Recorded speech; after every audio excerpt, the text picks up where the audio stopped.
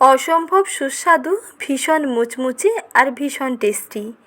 আজকের রেসিপিতে বানিয়ে দেখাবো দুর্দান্ত স্বাদের তিলের বড়া। গরম ভাতে কিংবা স্ন্যাক্স হিসাবে একবার টেস্ট করে দেখুন, খেতে দুর্দান্ত লাগবে। একটি খেলে আর একটি খেতে চাইবেন। বানানো যেমন সহজ আর খেতেও তেমন দুর্দান্ত হয়। উপকরণও ভীষণ কম লাগে আর চটজলদি কম সময়ের মধ্যে বানিয়ে নিতে পারবেন। গরম ভাতের সঙ্গে জমে যাবে। এই রকম তিলের বড়া বাড়িতে একবার বানালে বাড়ির সবার দেখবেন কাড়াকাড়ি পড়ে যাবে। তাহলে দেখে নিন সহজ রেসিপি। প্রথমে নিয়েছি 1 বাটি তিল। তিলগুলোকে একটু প্রথমে রোস্ট করে নিতে হবে আর অবশ্যই শুকনো কড়াইতে একটু ভেজে নিতে হবে। তিলগুলোকে একটু ভেজে নিলে তিলের বেশ ভাজা ভাজা গন্ধ আসবে এবং তিলগুলো অনেক বেশি মুচমুচে হয়ে যাবে। এতে তিলের বড়া কিংবা তিল বাটা বানালে তার টেস্ট দেখবেন দুর্দান্ত হবে। আগের রেসিপিতে আমি তিল বাটার রেসিপি শেয়ার করেছি, সেইভাবে একবার তিল বাটা বানিয়ে দেখুন, সেটাও গরম ভাতে দুর্দান্ত লাগে। আর আজকে বানিয়ে দেখাবো তিলের বড়া। প্রথমে তিলগুলোকে 2 থেকে 3 মিনিট সময় নিয়ে একটু ভেজে নিয়ে তারপরে ঠান্ডা হওয়ার জন্য রেখে দিলাম। আর সেই কড়াইতে 3টে কাঁচা লঙ্কাকে একটু ভেজে নিচ্ছি।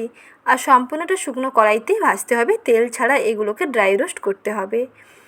তিলগুলো দেখুন ঠান্ডা হয়ে যাওয়ার পরে বেশ মুচমুচে হয়ে গেছে। তিলটা ভেজে নেওয়ার ফলে তিলগুলো এই রকম মুচমুচে হয়ে যায় আর ভাজা ভাজা গন্ধ আসবে, তাতে খেতে বেশ ভালো লাগে। এর স্মেলটা দুর্দান্ত হবে আর টেস্টটাও বহুগুণে বেড়ে যাবে।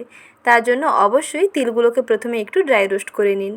এখন একটা ব্লেন্ডারে সেই ড্রাই রোস্ট করা তিলগুলো নিলাম, সঙ্গে নিলাম 3টে কাঁচা লঙ্কা আর 1 চামচ পোস্ত। প্রথমে ব্লেন্ডারটাকে জাস্ট একবার ঘুরিয়ে দিলে তিলটা দেখুন এরকম শুকনো শুকনো করে বেটে নিয়েছি। তারপরে সামান্য করে জল দিতে হবে, অল্প অল্প করে জল দিয়ে বেটে নিতে হবে। খুব বেশি কিন্তু জল এখানে দেবেন না, বেশি পাতলা হয়ে গেলে তিলের বড়াগুলো বানাতে কিন্তু অসুবিধে হবে। তাই জলটা এরকম সামান্য করে দেবেন আর এই রকম স্টিকি থাকবে, চিটচিটে করে তিলের বাটাটা বানাতে হবে। দেখুন তিলের পেস্ট রেডি করে নিয়েছি। এখন একটি প্লেটে নামিয়ে নিচ্ছি। এর সঙ্গে কিছু উপকরণ মিশিয়ে নেব। এর থেকে কিন্তু বেশি পাতলা করে তিলটাকে বাটবেন না। এই রকম একটু শুকনো শুকনো করে বাটলে তিলের বাইন্ডিংটা দুর্দান্ত হবে আর বড়াগুলো যখন শেপ দিয়ে বানাবেন বড়ার শেপটা দুর্দান্ত হবে। না হলে কিন্তু বড়াগুলো বানাতেই পারবেন না, ভাজার সময় দেখবেন ভেঙে যেতে পারে। তিল বাটা একটা প্লেটের মধ্যে নামিয়ে নিয়ে স্বাদ মতো প্রথমে দিয়ে দিলাম লবণ, তার সঙ্গে দিচ্ছি পেঁয়াজ কুচি আর দিচ্ছি কাঁচা লঙ্কা কুচি।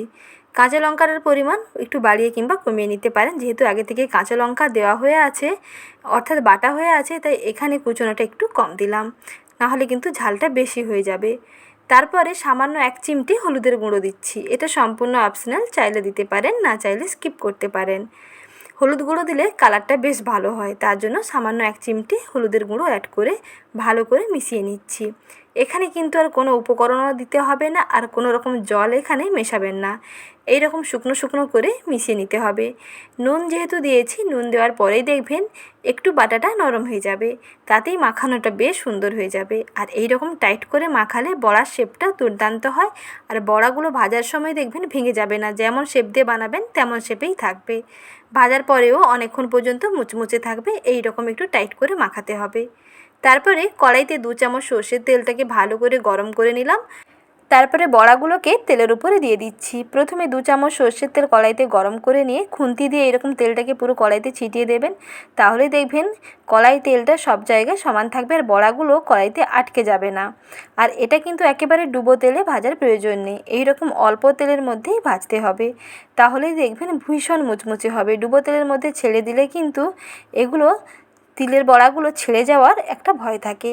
তাই সেইভাবে না ভেজে এইভাবে অল্প তেলের মধ্যে ভাজুন, তাহলেই দেখবেন শেপটাও সুন্দর হবে আর ওপর থেকে বেশ সুন্দর মুচমুচে হবে আর ভেতর থেকে খুব সুন্দর ভাজা হলে এর টেস্টটাও দুর্দান্ত হবে। আর এগুলো তেলে ভাজার পরেই দেখুন খুব সুন্দরভাবে ফুলকো হয়ে যাচ্ছে। দেখুন কি সুন্দর ভেতর থেকে ফুলকো ফুলকো হয়ে যাচ্ছে। এইভাবে ভেতর থেকে খুব সুন্দর ভাজা হবে আর ওপরটা দেখবেন এই রকম বেশ মুচমুচে হবে। এইভাবে উল্টে পাল্টে কিছুক্ষণ সময় নিয়ে ভেজে নিচ্ছি। একেবারে মিডিয়াম টু লো ফ্লেমে ভাজতে হবে, খুব সুন্দর ভাজা হয়ে যাবে। কালারটা দেখুন সুন্দর চেঞ্জ হয়ে গেছে, অর্থাৎ তিলের বড়াগুলো ভাজা হয়ে গেছে। এখন একটা প্লেটে নামিয়ে নিচ্ছি। গরম ভাতের সঙ্গে এই রকম দুটো তিলের বড়া থাকলে খাওয়াটা দেখবেন জমে যাবে। ডাল ভাতের সঙ্গে অবশ্যই রেসিপিটি ট্রাই করে দেখুন। ডাল ভাতে দুটো তিলের বড়া দিলে খাওয়াটা দেখবেন ফাটাফাটি হবে। বাড়ির সবাই দেখবেন চেয়ে চেয়ে খাবে। অবশ্যই রেসিপিটি একবার হলেও বানিয়ে দেখুন। বাড়িতে তিল থাকলে দেরি না করে মাত্র 5 মিনিট সময় নিয়ে চটজলদি বানিয়ে ফেলতে পারেন। একবার খেলে এর ভক্ত হয়ে যাবেন, একটি খেলে আর একটি খেতে চাইবেন। বাড়ির ছোট থেকে বড় সবার দেখবেন ভীষণ পছন্দ হবে। তাই দেরি না করে আজই বানিয়ে ফেলুন।